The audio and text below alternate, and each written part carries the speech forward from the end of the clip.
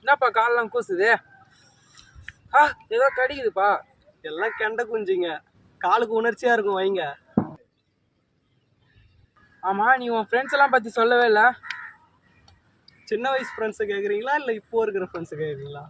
சின்ன வயசு ஃப்ரெண்ட்ஸே சொல்லுங்க, கேட்கறதுக்கு இன்ட்ரெஸ்டா இருக்கும். சரி, அப்படின்னா வாங்க, அது கொஞ்சம் பெரிய கதை.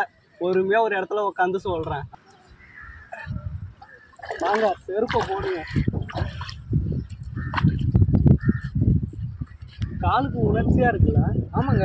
எல்லா கதையும் உங்ககிட்ட சின்ன வயசுல இருந்து சொல்றேன். வாங்க, முதல்ல இப்படி வந்து உட்காருங்க.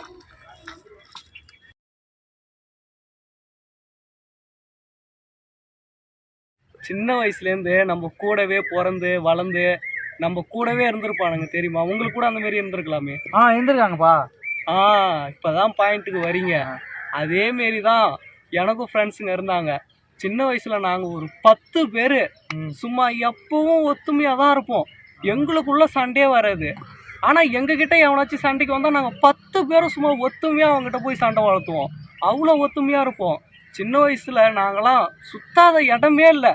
ஊர்ல எங்க பார்த்தாலும் போதைய வரைக்கும் சுத்திட்டு தான் இருப்போம். சாப்பாடு கூட நினைக்க மாட்டோம். சீசனுக்கு கோழி குண்டு வந்தா கோழி குண்டு, கோட்டி புல்லு வந்தா கோட்டி புல்லு விளையாடுவோம். சும்மா சீசனுக்கு நாங்க மாறிப்போங்க. அது மாதிரி இந்த பொண்ணுண்டு சீசன்லாம் இருக்குல்ல, அந்த சீசன் வந்தா கூட பொண்ணுண்டு பிடிக்க போயிடுவோம். சும்மா சீசனுக்கு ஏதாவது மாறிக்கினே தாங்க இருப்போம். கிரிக்கெட்டு விளையாடுவோம். இதை மாதிரி நாங்கள் விளையாண்டுக்கின்னு ஜாலியா இருப்போங்க. எல்லார் வீட்லயும் அவங்கவுங்க அம்மா அவங்க கூட சேர்ந்து கேட்டு போறேன், இவங்க கூட சேர்ந்து கேட்டு போறேன்னு பல இது சொல்லுவாங்க. ஆனா காதுலயே வாங்க மாட்டோம். நாங்க 10 பேரும் எப்பயும் ஒத்துமையா சுத்திக்கிட்டே தாங்க இருப்போம். எங்க பார்த்தாலும் அவ்வளோ ஜாலியா இருக்குங்க சின்ன வயசுலாம். அப்புறம் என்ன ஆச்சுங்க சொல்லுங்க, கேட்கவே இன்ட்ரெஸ்டா இருக்கு. அப்படி வாங்க வழிக்கு. எங்க எல்லாருக்கும் ஒரு 14-15 வயசு ஆகும். ஆனதுக்கு அப்புறம் நாங்க எல்லாருமே வண்டி ஓட்ட கத்துக்கணும். எங்க கிட்ட ஒரே ஒரு டிவிஎஸ் பெட்டி இருக்கும்.